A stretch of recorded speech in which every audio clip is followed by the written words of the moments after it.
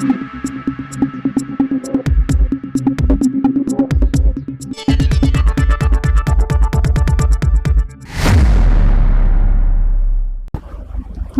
সময় বাংলা সংবাদে আপনাদের স্বাগত। আপনাদের সাথে আমি প্রীতি। দেখে নেব আজকের বিশেষ সংবাদ। প্রকাশিত হলো রোশনারা খানের আত্মজীবনীমূলক গ্রন্থ যেতে যেতে পথে। শিক্ষা, সাহিত্য, সংস্কৃতি জগতের বিশিষ্ট ব্যক্তিদের উপস্থিতিতে মেদিনীপুর শহরের রবীন্দ্রনগরে অবস্থিত নেতাজি সুভাষ মুক্ত বিশ্ববিদ্যালয়ের সভাগৃহে প্রকাশিত হল সমাজকর্মী ও লেখিকা রোশনারা খানের আত্মজীবনীমূলক গ্রন্থ যেতে যেতে পথে। অনুষ্ঠানে প্রধান অতিথি ও অন্যান্য বিশিষ্টজনদের উপস্থিতিতে বইটির আনুষ্ঠানিক উদ্বোধন করেন ইন্দ্রনীল আচার্য। অনুষ্ঠানের সূচনা হয় চারা গাছে জল দিয়ে পরিবেশ বান্ধব বার্তা প্রদানের মধ্য দিয়ে। উদ্বোধনী সঙ্গীত পরিবেশন করেন মাতুয়ার মল্লিক। অনুষ্ঠানে সভাপতিত্ব করেন স্বপ্না ঘরুই।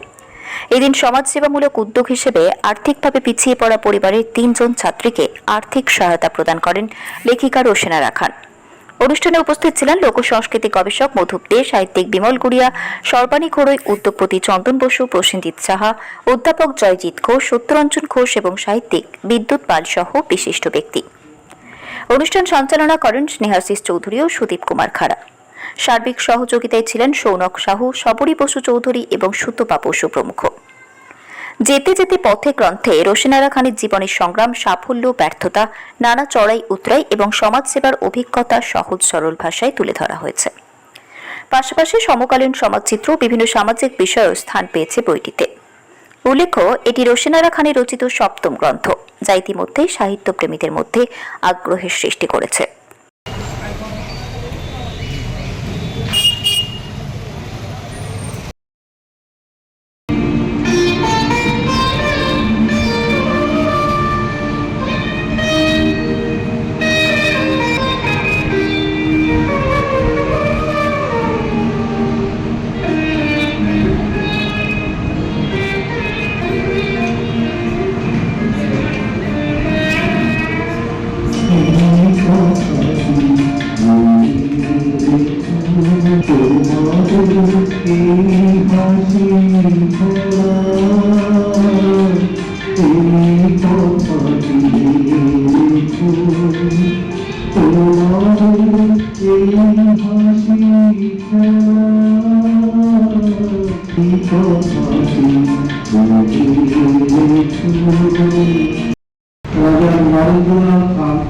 মহিলা মহাবিদ্যালয়ের সম্মানীয় অধ্যক্ষা ডক্টর স্বপ্না ঘোড়ই চেষ্টা করছি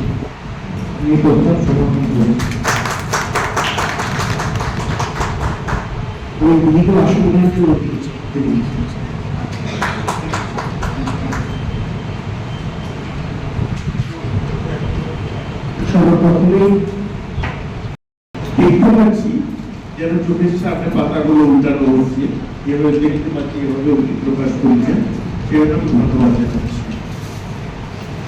এবং আমি সংক্ষিপ্ত এভাবে দু একটা কথা বলছি যে এই আত্মজীবনী লেখার বিষয়টা আমাদের দেশে কিন্তু খুব একটা ছিল না। আগে যারা পুরাণ মঙ্গল কাব্যের দিকে লিখতেন সাহিত্যিকরা, তারা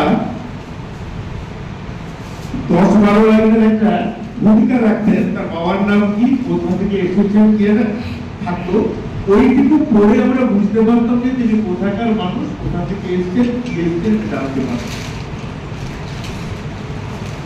তারপরে ধরুন আমরা যাকে ধরে আমরা চলি এখন এই বঙ্গদেশে, এই বাংলার সংস্কৃতিতে আমাদের কবিগুরু রবীন্দ্রনাথ ঠাকুর তিনি আত্মজীবনী লেখেন, কিন্তু শেষ বয়সে তার মনে হলো লিখলে বোধহয় ভালো হতো, তাই তিনি জীবন স্মৃতি লিখলেন। মানে সবটা তো মনে নেই, যা মনে আছে সেটা লেখার চেষ্টা করবো, অকপটে লিখতে চান।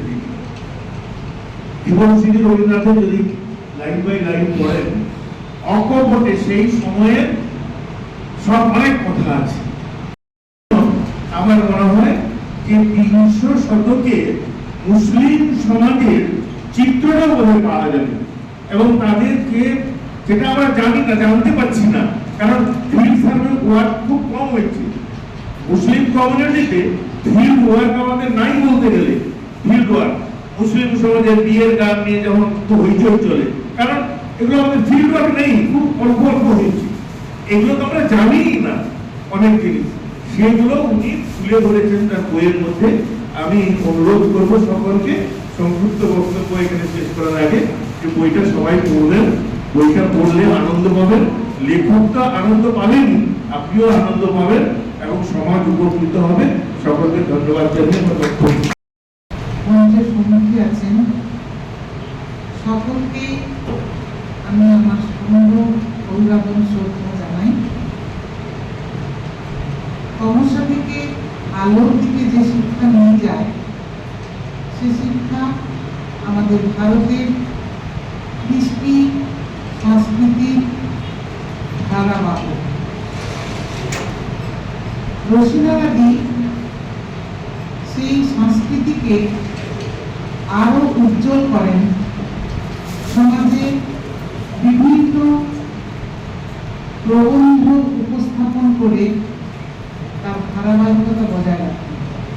তার হৃদয়ে অন্তরের মধ্যে সঞ্চার করে রেখেছিলেন, তার বহিঃপ্রকাশ আজকে হলো। তার জন্য দিদিকে আমরা সবাই মিলে উঠে দাঁড়িয়ে করতালি দিয়ে অসংখ্য ধন্যবাদ জানাই। আজকে এই শুভ মুহূর্তে উনি আমাদের সবাইকে এক মূল্যবান বই উপহার দিয়েছেন, যা তার জীবনের সঙ্গে অনন্যভাবে জড়িত। তিনি নাচ, গান, আবৃত্তি, কবিতা এগুলো তুলে ধরতে পারতেন তার প্রতিভার মাধ্যমে, কিন্তু তিনি এমন এক প্রতিভাকে ধরে ধরেছেন কলমের মাধ্যমে। তিনি একজন প্রবল বাস্তববাদী কলম যোদ্ধা। এই প্রবল বাস্তববাদী কলম যোদ্ধা সাহিত্যিক অনিল গোড়াই। সংবাদ এখনকার মতো এই পর্যন্তই। সঙ্গে থাকুন, দেখতে থাকুন সময় বাংলা।